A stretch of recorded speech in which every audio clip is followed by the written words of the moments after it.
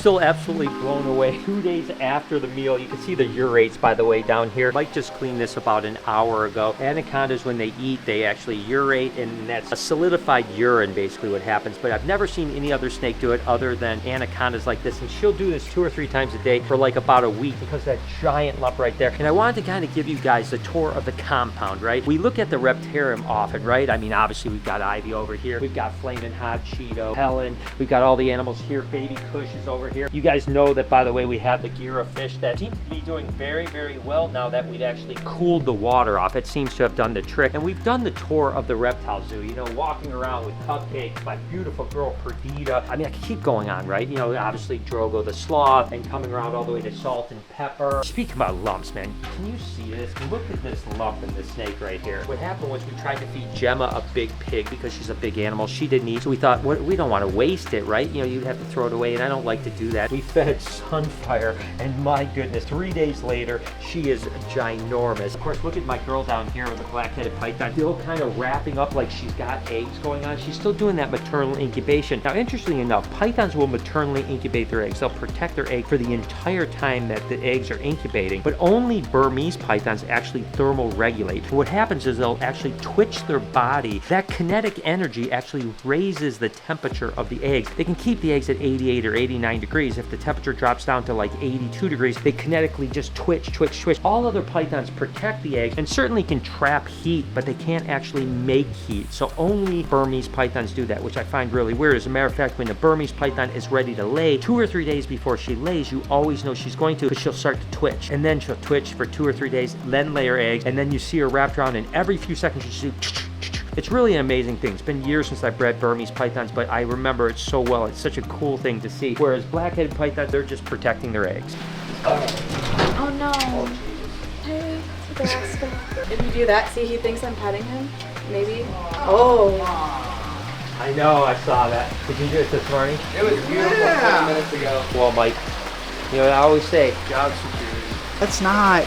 There's so much too. So regardless, you know, we've done the tours of the Reptarium. You've seen every single animal in here, although we're adding stuff all the time. What I wanted to do is take you on the tour of the rest of the place and give you an idea where everything is situated too, because you'll see like certain things you may not know, like understand what's actually going on. So right beneath our feet right here, that is actually the Colubrid room and the new Caledonia room. So let's head downstairs. So again, this is 1.0 right here. Below 1.0 is actually the VIP podcast room. We may do some more podcasts. It's kind of deep time, so I'm not sure exactly what we're going to do here. We've got the lab where we actually do all our editing and stuff like that. Noah and Gabby. Hey guys. Hi.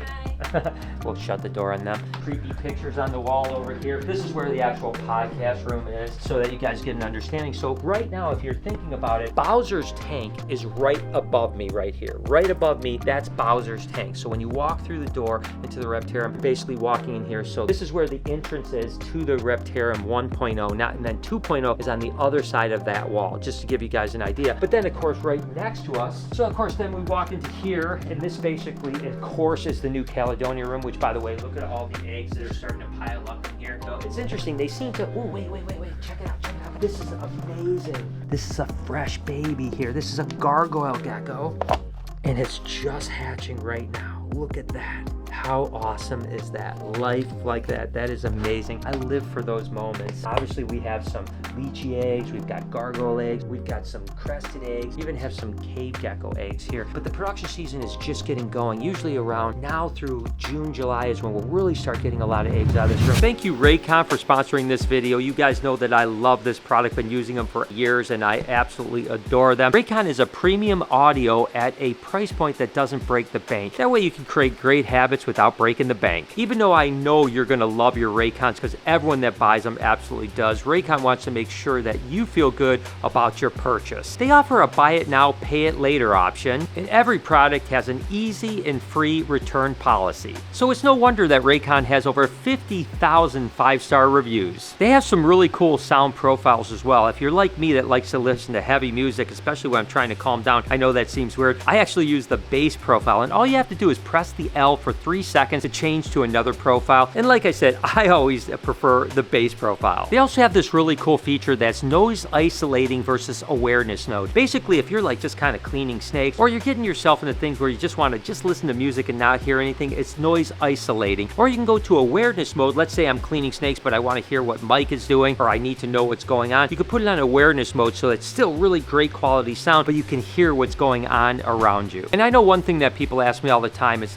we all make mistakes, right? These guys actually have durability, sweat, and water resistance. Basically what that means is that if for some reason you have your Raycons in your pocket and you put your pants through the washer, they're okay. Or hey, you leave it outside sometime, rains, it's gonna be okay. We all make mistakes and Raycon has us covered. Click the link in the description or go to buyraycon.com/BrianB and get 15% off your order. You can just see all the different geckos. Obviously the lychee geckos here. This was my first lychee I ever got. This was actually Big Bertha, and this is the first one that I ever got. Really, really cool. And she's super sentimental to me. Regardless, now again, to put your mind in it, is the doorway to get into the Reptarium. It's basically on the other side of this wall right here. And right above us here is actually Matilda. Matter of fact, there was a vent back there before, and she used to pee in it, and pee would actually go into these cages. So we had to seal it off. Obviously, we didn't know. Tortoise pen right here. Lucy is going to be right here to give you an idea, and then we'd walk over here. It's a little bit messy because we're redoing some things, and of course, you know, we had the Colubrids up for sale and kind of shipping some animals out, rearranging, but this was the Colubrid room. So again, now if you think about, you know, for where we're at with the Reptarium, now that we're in the back part of 1.0, right, where the tarantulas are, Bella is, that's where we're getting at. But we have all these amazingly beautiful snakes down here, scaleless Texas rat snakes, and like I had mentioned, unfortunately, this group is going to go away because it's just best for us right now. I remember this pink-eyed leucistic when it was a baby, and she's produced eggs for us the last 2 or 3 years. Pink-eyed leucistics were something that were around quite a bit, I would say about 20, 25 years ago, and then you hardly ever saw them, and then all you saw was actually normal leucistics with black eyes. When that came available, I was like, oh, I've got to get it. You know, now an interesting pair of snakes that hasn't sold yet, and I don't know if they will sell, and if they don't sell, I'm not going to be mad about it, of course, are the greenish rat snakes. I've always just really love it. We only have one pair. Lori has always hated the greenish rats. She just doesn't like them. You know, they're usually a little bit nippy and a little bit high-strung, but I just think they're absolutely amazing. That's the female there, and then look at how beautiful the male is here with that striping. And these guys actually come from Florida. Those are still available. Maybe they'll sell, maybe they won't. If they don't, we'll breed them and see what happens. We want to get down to a point where we're at about, you know, probably less than 30 adult colubrids. I think that that's manageable, right? This is another snake. I remember hatching this snake probably about 5-6 years ago. This is a coral ghost corn. You guys have seen the coral snows that are like really pink. Well, this is the ghost version of it. So basically the same animal with hypomelanism and some melanin in there, right? The ghosts are actually black corn snakes that are hypomelanistic, and then they're polygenically bred to have like this beautiful pink. Again, it's been bittersweet. There's no doubt about it. Getting rid of some of these animals, seeing them go, seeing this room slowly kind of empty out. A lot of these animals that actually are here, these are all our corn snakes, you know, strawberry diffused corn snakes right here. They used to call blood red corn snakes, and then strawberry is like a form of hypo, another recessive mutation. You know, a lot of these snakes are actually sold too. They're just ready to go out for shipping. I don't want to pack them. I'm not going to. I don't want to see them because I know I'll shed some tears because I remember each one of these animals, and even though we have tons and tons of animals down here, the fact is I remember these animals when they were born. I remember this specific one because we picked it out because it had such a beautiful pattern. Oh, it's trying to bite me. Look at that thing. Woo! Woo! Come on, little monkey. But I remember this pattern being like, oh my gosh, this is a beautiful albino California king snake, and deciding to raise up. And this is the first year that this female will actually produce. It's going to produce for whoever buys it because we're not going to keep that animal. But I can go through every animal, and like I said, even knowing that we have all these things, again, you know, just even opening up this one. This is an albino extreme Honduran milk snake. We hatched this about 5 years ago. I remember the clutch. We had 3 or 4 of the animals that came out with what they call vanishing pattern, which instead of being like red, orange, and yellow, they're more like red, and yellow. I remember when that one hatched, and I think we're actually going to keep these Hondurans. This is one of the animals. I think there's a handful of animals on this side that actually Lori has said that this is going to keep. As a matter of fact, if I'm not mistaken, like this area here is basically all the adult colubrids. And we do have some stuff that we're coming up, that we're raising up, that we're going to keep as well. We'll see those in a second. All right, back upstairs, Reptarium 1.0. Let's head over to BHB, which is right out this door. And then head over one door over this way. There's actually 3 doors on this, right? There's BHB, there's Reptarium 1.0, and Reptarium 2.0. So let's walk in here. So of course, this is BHB, and this is where, like, when we moved from our big building, everything was here and down in the dungeon. We'll go down in the dungeon here pretty soon. Of course, Speedy, look at him.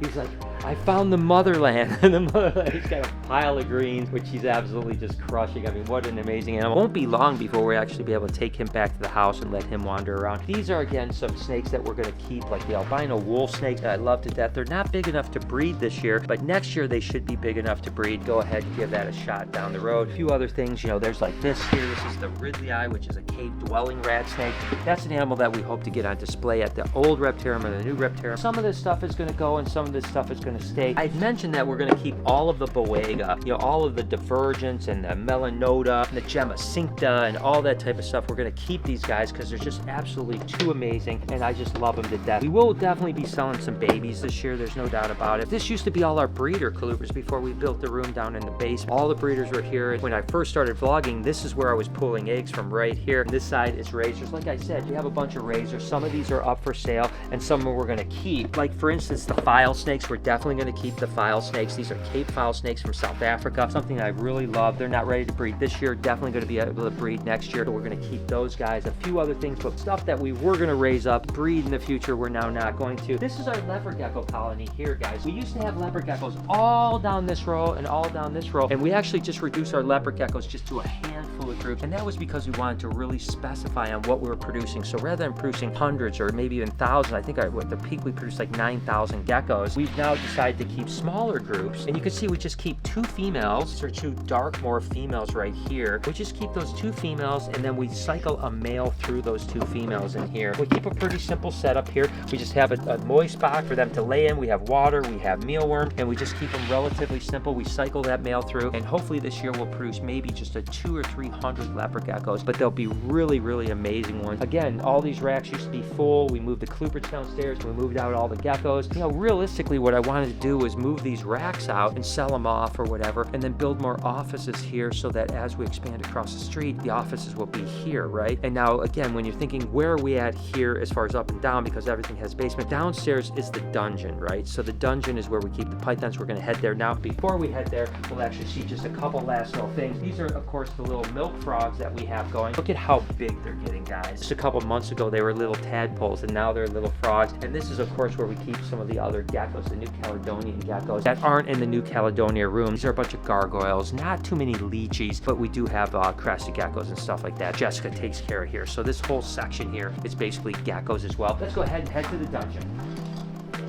The dungeon. I cannot wait to get this Mata into a giant enclosure. It's going to be a really beautiful, like 4 foot by 4 foot, big, tall, beautiful enclosure, Amazonian enclosure for him. It's going to be really cool. But then we're down in the dungeon. Now the dungeon is full of a whole bunch of different things. We have like all our rainbow boas down here. I mean, look at how big this is. This is a big Colombian rainbow boa. We have some giants that have been around a long time, but we've got, again, rainbow boas here. I mean, take a look at this snake right here. Oh my goodness. That is a Suriname boa. And it is not a friendly one, that is for sure. We have, you know, our Dumerals boas down here. We've got, oh, I gotta show you these.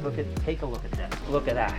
Got a little bit of shed on it, but this is a D'Albert's python, and it's a giant D'Albert's python. This is the northern, which have that more coppery look, and then this is the southern that are more black. Again, I gotta tell you guys, these are 2 of some of the biggest D'Albert's pythons or white-lipped pythons I've ever seen in my entire life. So they are absolutely incredible. These animals definitely are gonna go on display somewhere. But then we have Savu pythons, we have, you know, carpet pythons, which, by the way, I was excited about this. Take a look at this. Look at that ovulation. So she's full of eggs right now. So we're definitely gonna produce some carpet pythons this year, which is really exciting. This side are our mangrove snakes, our children's and spotted pythons. We have a couple of our overflow animals. Remember this girl, Snow White, that Lori bought me at Tinley Park last time in October. So Snow White is doing really well over here. Then we have Goldie here. Look at how beautiful Goldie is. These are basically educational animals, overflow educational animals. Now I'm definitely going to want to put these into larger enclosures when we get across the street. Some will be on display, some will still be behind the house, back of the house, just for education, but we keep our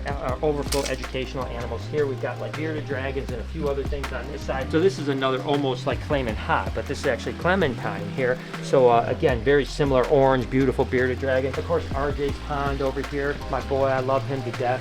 You know, I used to feed him all the time. Now the girls down here, Maria and Alyssa, they baby him. And since they've been babying him, he's getting big. There's no doubt about it. So he's going to need a bigger pond, and we're going to definitely accommodate that bigger pond soon. Something on the horizon that we have to keep on going. And all the ball python breeders are down here, right? So basically we have our males on this side, you know, about halfway down, and then we got all our breeder females here and arrive around the other side. Lastly, we have all of the razor snakes and baby ball pythons that are going out for sale. Look at this animal right here. This is such a cool, you don't understand how cool this is. This is actually a Cine Woma paint ball python. The paint is a super cool gene that not a lot of people are working with, and it's so absolutely incredible. And then the Cine Woma, I'm sure this is the only Cine Woma paint in existence, but that is a cool animal. And we just have all our different stuff. Like, look at this animal here. This is actually a pewter mystery gene. It's just so cool, you know? So these are all razors right up here. All this is razors here, keepers as well. That we have some really cool stuff. Of course, this is one of our pies that we're bringing up, which is a super orange dream yellow belly enchi leopard pie ball python. Look at the head on that, absolutely stunning. Another one of our keeper pies is black pastel, black-headed piebald ball python. I mean, geez, Peas, come on, guys. That's just absolutely ridiculous, right? And then, of course, I haven't showed these guys in some time, but these are actually Ivy's babies. I mean, look at how good they're doing. They're getting really big. We've definitely found homes for some. There's no doubt about it. We still have quite a few of them left, and I want to still keep them all, but the fact is that I can't keep that many anacondas. There's no doubt about it. You can see they're not only getting pudgy and big, they're also really, really docile now. If you're in the market for an anaconda, I tell you, now's the time to get one. And the rest is just for sale stuff. Like, these are all the pies that we had this year. We have a couple racks of piebald ball pythons that are always so popular, and even dreamsicles, which are lavender pies, which is the double recessive mutation, and then just tons of other stuff. So this whole rack on both sides. Lastly, we have our samboas, our Kenyan samboas. I mean, look at how beautiful this Kenyan samboa is. And hopefully we'll have some babies this year. That would be really amazing. I've been breeding Kenyan samboas literally since I was 18 years old, 17, 18 years old. We've got Kenyans, we've got rough scales, and of course we have smooth scale Indian samboas as well. So that wraps up the dungeon. Looks like Speedy didn't devour all of his greens. What's up, Speedy? Tell me what's on your mind. What you want? You want some different types of greens? You didn't like those greens? So we've switched to a more like dark green, which is more nutritious for him, instead of like romaine that is just basically no nutrition at all. And E, I think, is kind of revolting right now. He's saying, Dad, what is going on? Why is this happening? Why are you giving me these dark greens? I want some other type of stuff. But hey, we got to keep him healthy and happy. And like I said, it won't be too long and he'll come home and he'll be wandering around eating grass all summer long. But anyways, come with me, guys. Walking again through the Colubrid room like we want. I just want to show you where the offices is, just so you get an idea here. Steph working diligently hard, packing up shipments and stuff like that. Lori, hi, Lori. So here we have just some of our overflow animals. See, this summit Sam, who is, of course, our African bullfrog or pixie frog. Of course, Sam was his dad, so he's the son of Sam. We have this guy here that I love to death. He's a little hyper when he's first trying to get out, but this is the, woo, calm down. This is the Egyptian Uromastyx that we have. Again, I've talked about this before, that these Egyptians get huge, like 3 foot big. So, woo, they are crazy. We'll get him tamed out. There's no doubt about it. He'll be amazing. We do have a couple other frill dragons. Seem to have frill dragons everywhere. That's the problem, is like we keep on producing frill dragons and I just keep keeping all of them because they're so amazing. So we have 3 more frill dragons over here. But again, you got to remember, when we go across the street, we're going to want to have these frill dragons across the street. We're going to have frill dragons here. Then we have our ornate Uromastyx, which is a smaller species of Uromastyx. Look at how beautiful these guys, and these guys are definitely mellow compared to the Egyptian. There's no doubt about that. And they're super, super friendly. I mean, look at them just come up and just hang out with you. What's going on, bud? Little chin pet there. You know, he loves it to death. So these guys will again have a display over at the new place. That's going to be really exciting. And then just another frill dragon of all things here. And then our offices are up here. So I just wanted to give you guys an idea. And again, well, let's finish the tour up by doing this. If you walk out this door, this is BHB, and you walk this way, this is the entrance into the Reptarium. So that kind of gives you an idea of the entire compound of what it's like here. Now, when we're in a room or we're doing something, now you'll know exactly where we are as far as what's going on, because I know a lot of people come here and go, I'm so confused where everything is. Now I hope you understand. Hope you guys enjoyed today's video. If you did, there's a playlist that you can watch all kinds of videos. You can also hit that subscription button. It would mean a lot to me. Also, hit that like button while you're down there. Have a wonderful day, Reptile Army. Remember, be kind to someone, and I promise I'll see you in the next one.